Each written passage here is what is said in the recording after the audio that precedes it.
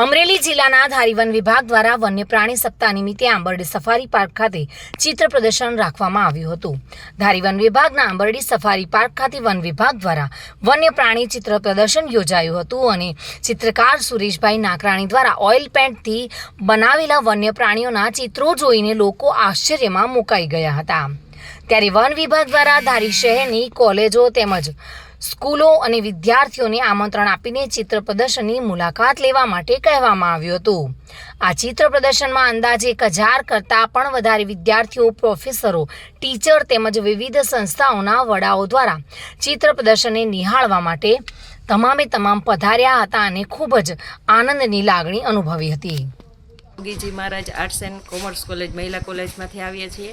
અહીંયા અમારી વિદ્યાર્થીની બહેનો ચિત્ર પ્રદર્શન જે સફારી પાર્કમાં રાખેલું છે એમાં એને જોઈને ખૂબ સારું એવું માર્ગદર્શન, પ્રકૃતિ વિશેની ઓળખ અને ખૂબ જ સારી એવી પ્રકૃતિ વિશેની સમજણ પ્રાપ્ત કરીને બહુ ખુશખુશાલ થઈને અચ્છા શું શીખ લઈને ગયા વન્ય પ્રાણી વિશે? પ્રકૃતિને સંરક્ષણ કરવું જોઈએ, જાળવણી કરવી જોઈએ। એ એક આપણા જીવનનો એક પાર્ટ છે, એટલે એનું મૂલ્ય સમજવું જોઈએ એવી સારી એવી સમજણ સાથે વિદ્યાર્થીઓ મુલાકાત લીધેલી। આયોજિત વન્ય પ્રાણી સપ્તાહ 2024માં મને મારા સ્વયં પેઇન્ટિંગ કરેલા ચિત્રોનું પ્રદર્શન કરવાનો મોકો મળ્યો। હું છેલ્લા 30 વર્ષથી ઓઇલ પેઇન્ટિંગમાં કેનવાસ પર વન્ય પ્રાણીઓના જ માત્ર એ પેઇન્ટિંગ કરું છું અને વન વિભાગના સહયોગથી હું દર વખતે વન્ય પ્રાણી સપ્તાહમાં મારા ચિત્રનું પ્રદર્શન રાખું છું।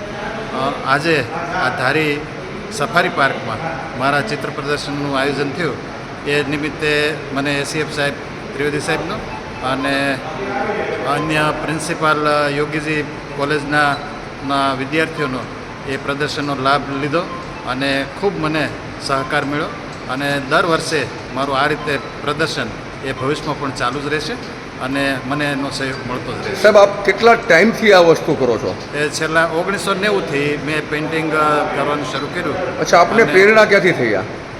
હું નેચર એજ્યુકેશન કેમ્પમાં આવતો હતો અને વન્ય પ્રાણીઓ સાથે સંકળાયેલો હતો, એટલે મેં માત્ર વિષય વન્ય પ્રાણીઓને જ પસંદ કરી અને ચિત્રકામ કરવાનું શરૂ રાખ્યું છે। સંજય વાળા સાથે bureau report, today Gujarati news.